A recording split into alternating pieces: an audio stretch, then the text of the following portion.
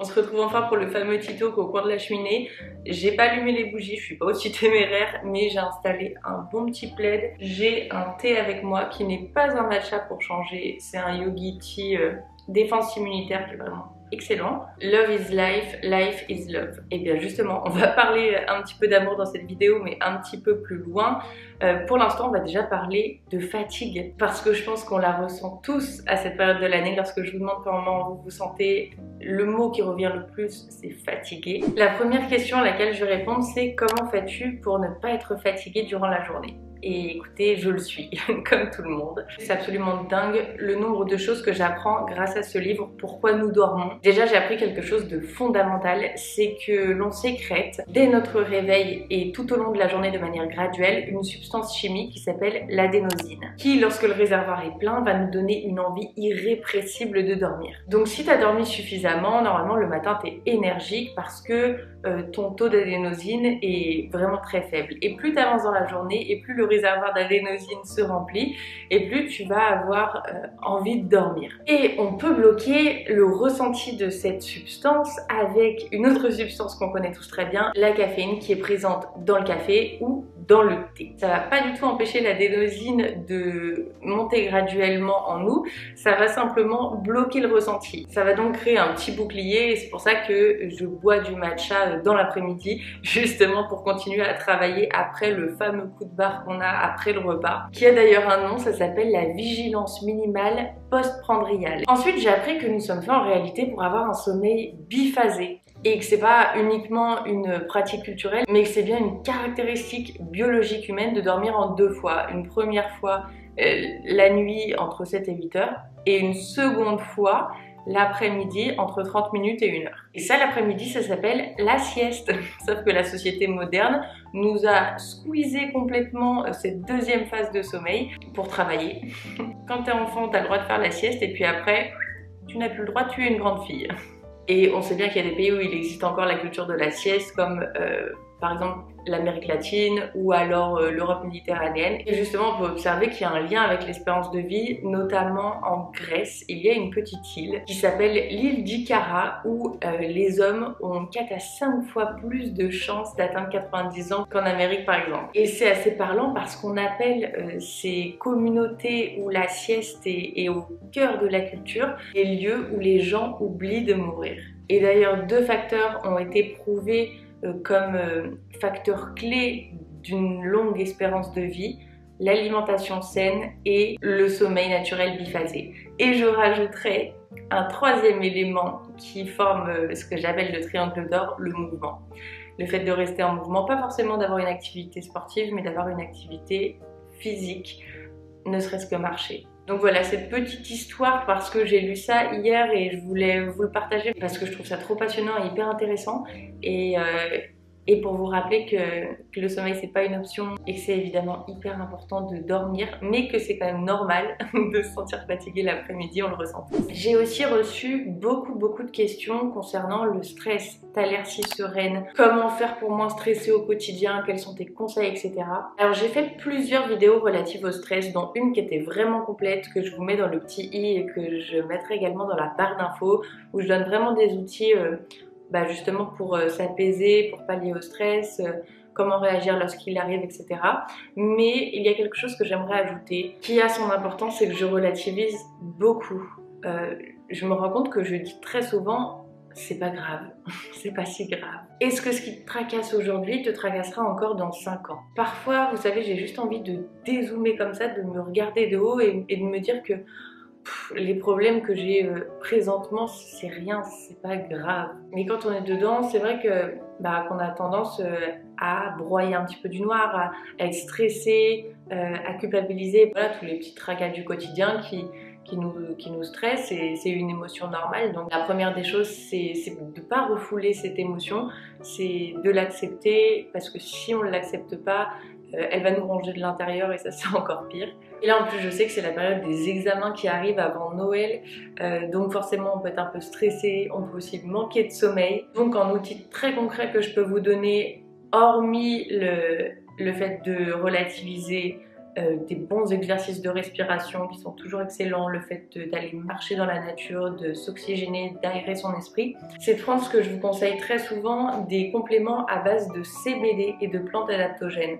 Je travaille avec Kaya depuis très longtemps maintenant et je les remercie d'ailleurs de sponsoriser cette partie de la vidéo. Et ce qui est assez dingue avec les produits Kaya, c'est qu'à chaque fois que j'en fais la promotion, j'ai des retours à la fois des étudiants qui justement en prennent pour rester concentrés et plus sereins pour les examens, mais j'ai aussi des retours de femmes qui ont l'âge de ma maman, donc 35 ans, et qui me disent mais ça a changé ma vie, je prends plus de somnifères, je prends plus d'anxiolytiques, je dors beaucoup mieux. Donc c'est fou de voir à quel point ces produits naturels rassemblent toutes les générations. Je voulais vous en parler notamment juste avant vos examens parce qu'ils ont créé une nouvelle gamme qui s'appelle Essentials et c'est toujours des produits 100% naturels, vegan, bons pour l'organisme avec des vertus apaisantes et relaxantes. Et donc il y a 3 nouvelles huiles qui ont des concentrations croissantes en CBD pour les gens qui souhaitent se familiariser justement avec le CBD. Les 3 huiles ont un effet immédiat, calmant et apaisant pour booster le bien-être général. Ça se présente comme ça.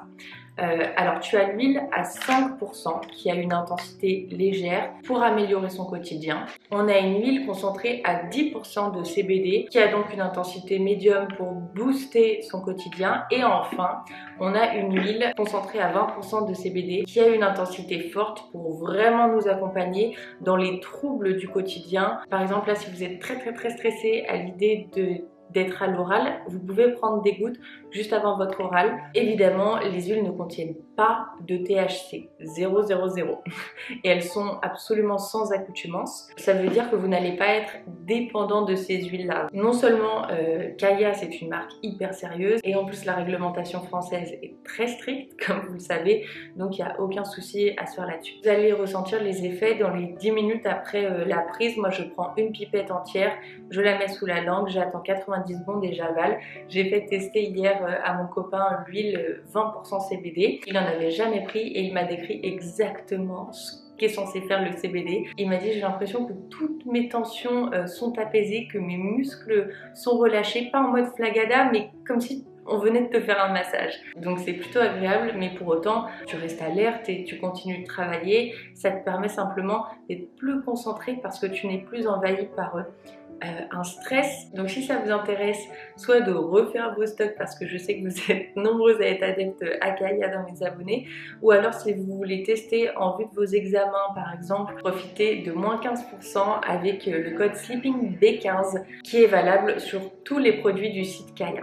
Veux-tu te marier et comment vois-tu ta vie dans 5-10 ans? Alors oui, je veux me marier, c'est essentiel pour moi, c'est une promesse qu'on se fait et pour moi c'est très important de me marier avant d'avoir des enfants ou d'acheter une maison par exemple. J'ai toujours aimé les traditions. Je trouve qu'il y a quelque chose de très beau, de très poétique, de très romantique dans le fait de suivre les coutumes. Et je pense aussi, pour être tout à fait honnête, que c'est mon besoin irrépressible de faire les choses bien dans l'ordre établi qui me donne envie de me marier avant d'avoir des enfants, voilà.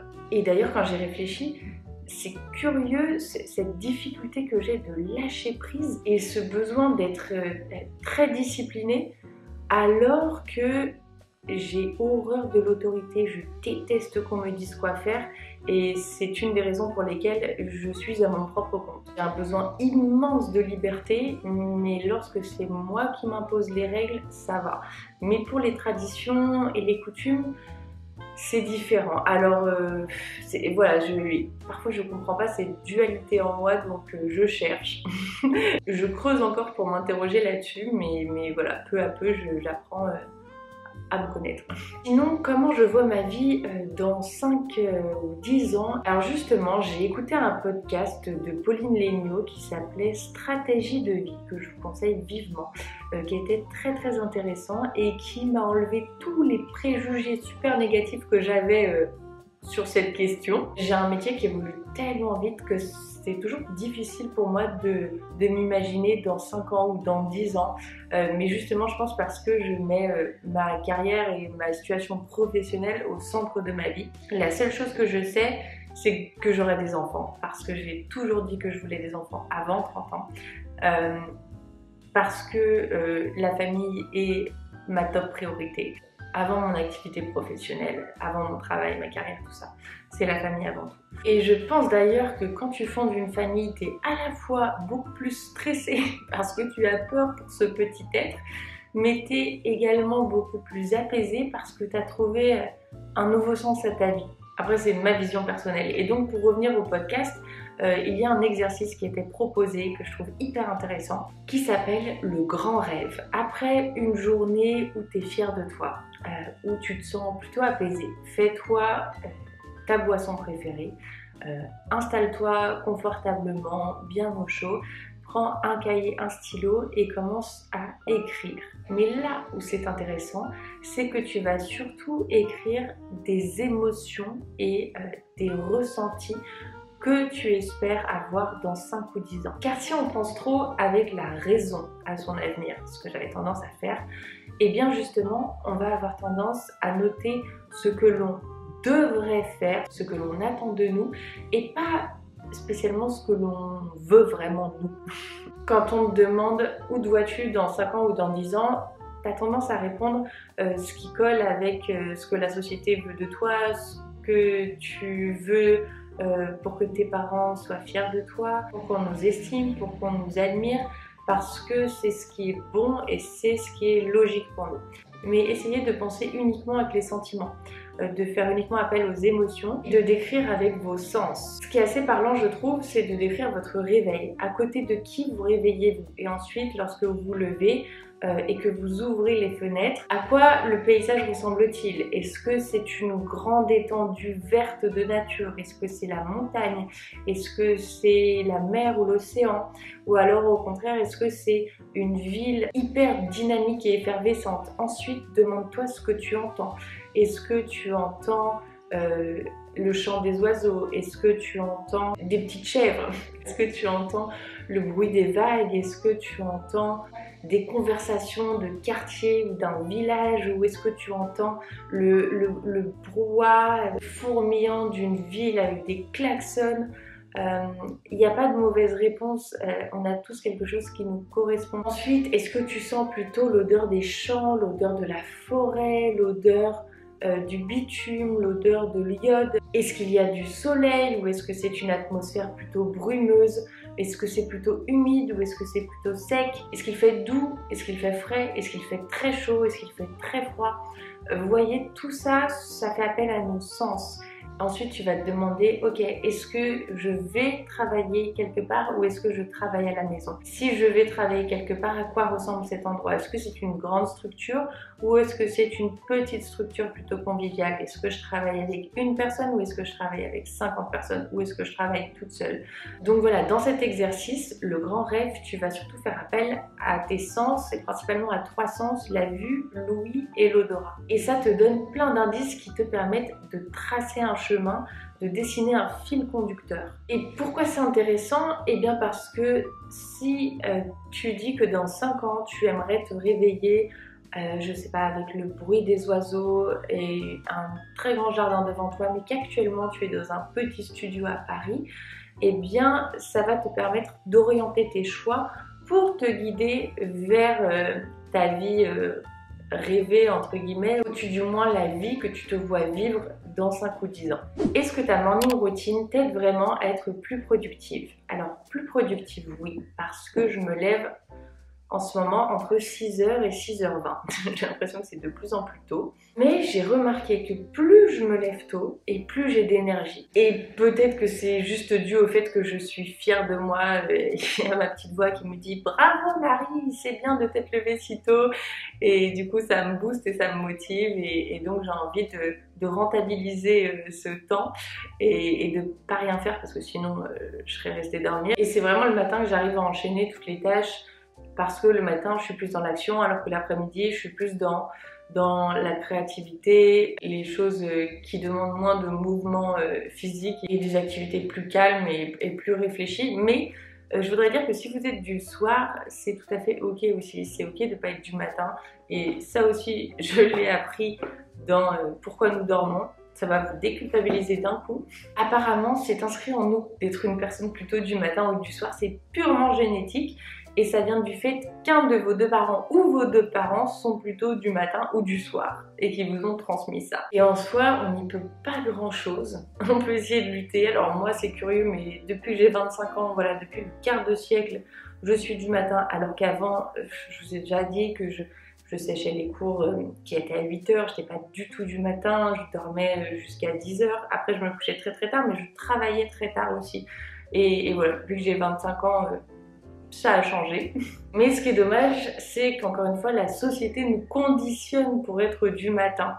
Les cours sont super tôt, tu commences le travail c'est super tôt, l'école c'est super tôt, et on n'est pas tous faits pour se lever super tôt. Mais dans notre société moderne, on est obligé d'aller à l'encontre de notre nature, de nos gènes.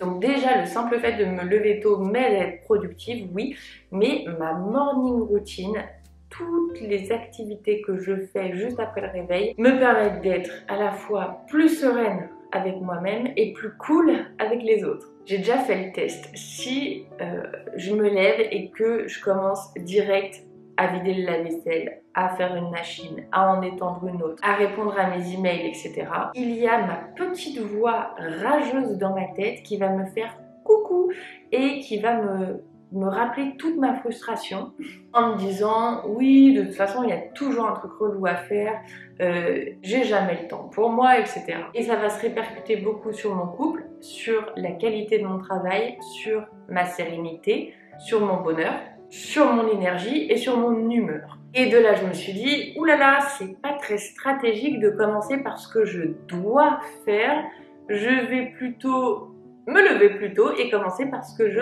veux faire. Et ça, ne serait-ce que pendant 30 minutes. Je vais choisir un bon podcast. Je vais faire ma skincare routine en faisant un vrai massage du visage avec ma crème.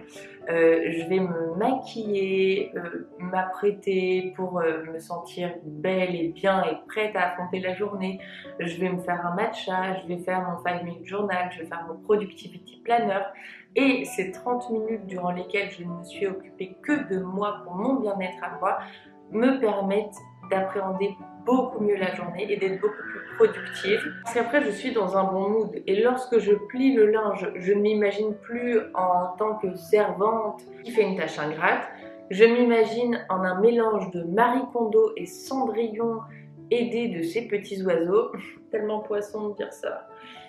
Et la vie est plus belle. Comme l'intention est meilleure, le résultat sera toujours plus positif. Parlons un petit peu d'amour.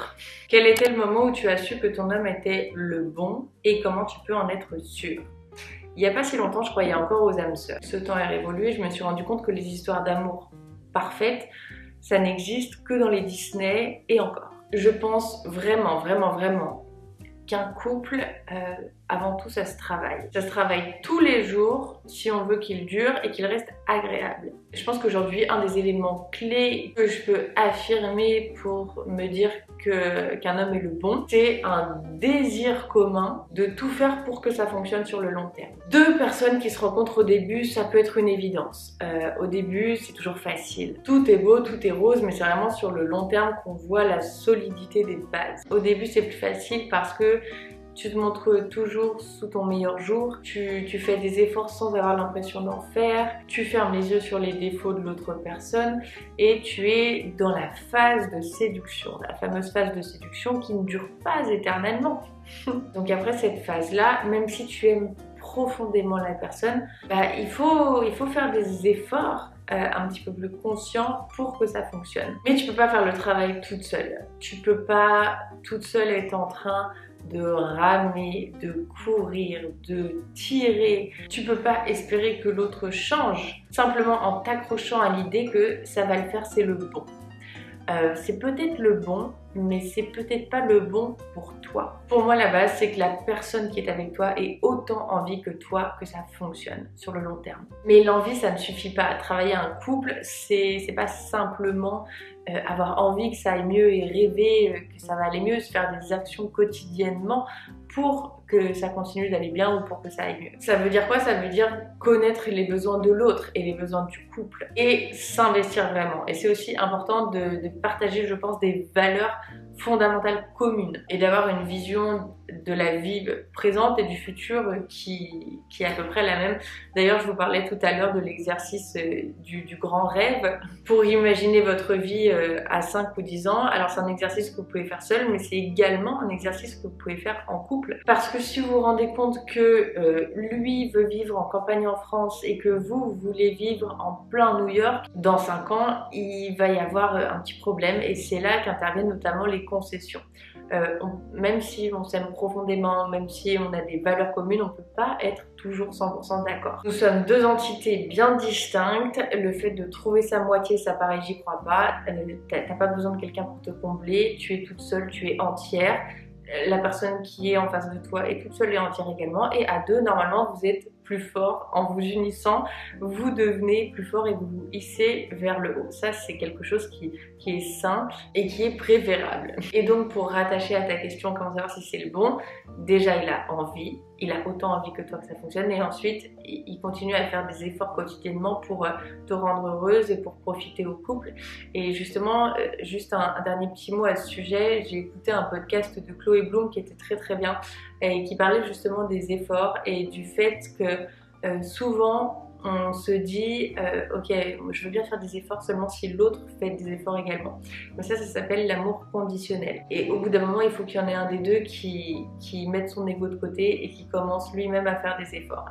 Chloé racontait qu'elle avait passé des semaines à faire des efforts toute seule jusqu'à ce que son compagnon remarque qu'elle faisait des efforts, qu'elle faisait tout pour que le couple aille mieux et qu'ils se disent ah bah moi aussi ça me donne envie de faire ces efforts et maintenant apparemment ça va bien. Après je vis pas avec eux mais c'est ce qu'elle raconte. Après on est d'accord, faut pas faire des efforts tout seul pendant 3 ans, hein, ça c'est clair.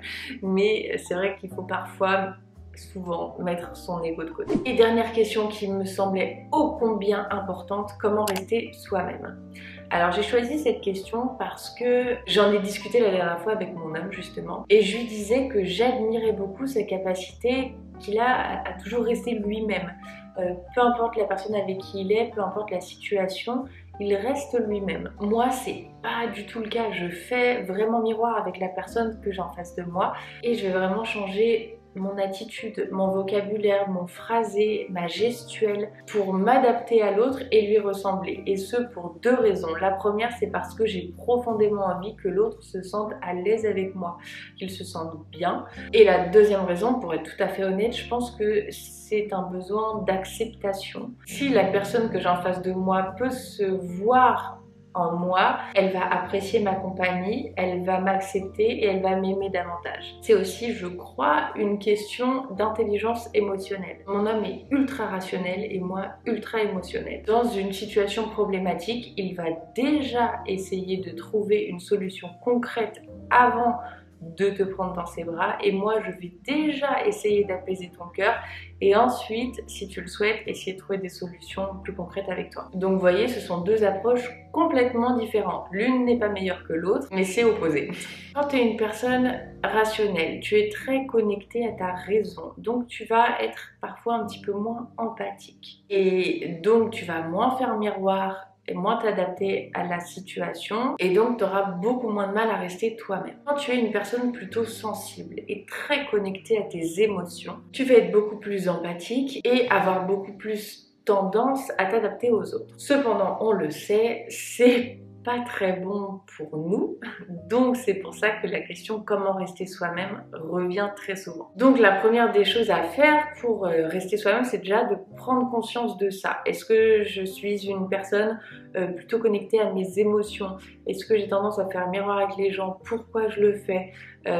Voilà, vraiment être honnête avec ce qu'on fait et avec qui on est. Et ensuite remarquer que qu'endosser, incarner une identité différente de la sienne, c'est pas spécialement bon pour la confiance en soi parce qu'après on va avoir tendance à penser que les gens nous aiment pour l'image qu'on leur a donnée de nous et non pas pour qui on est réellement. Donc ça nous rend plus ou moins consciemment assez triste en fait et après on peut culpabiliser de s'être travesti entre guillemets, de pas être resté soi-même. Donc essayez de vous demander avec quelle personne j'arrive à être moi-même. Parce que vous allez trouver non seulement des personnes qui partagent vos valeurs fondamentales, en général, pas spécialement des personnes qui vous ressemblent physiquement ou qui sont toujours 100% d'accord avec vous, mais tout du moins des personnes, je pense, bienveillantes, qui ne vous jugent pas, qui vous acceptent tel que vous êtes, que vous n'avez pas, que vous ne ressentez pas le besoin